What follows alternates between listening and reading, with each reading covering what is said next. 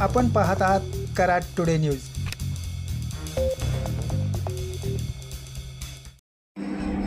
पुणे बेंगलोर महामार्गावर कराडच्या मलकापूर येथे रोडलगत एक प्रवासी बॅग बेवारस स्थितीत आढळून आली होती।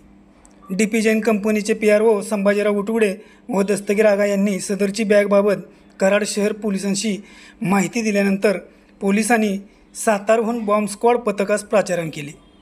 या पथकातील अधिकाऱ्यांनी कर्मचाऱ्यांनी सदर बॅगची प्रारंभी डॉकच्या व नंतर अत्याधुनिक यंत्रणेच्या मदतीने बॅग संपूर्ण स्कॅनिंग केली।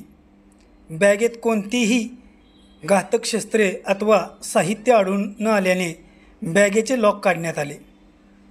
संपूर्ण बॅग तपासली असता बॅगेत कपडे दिसून आले।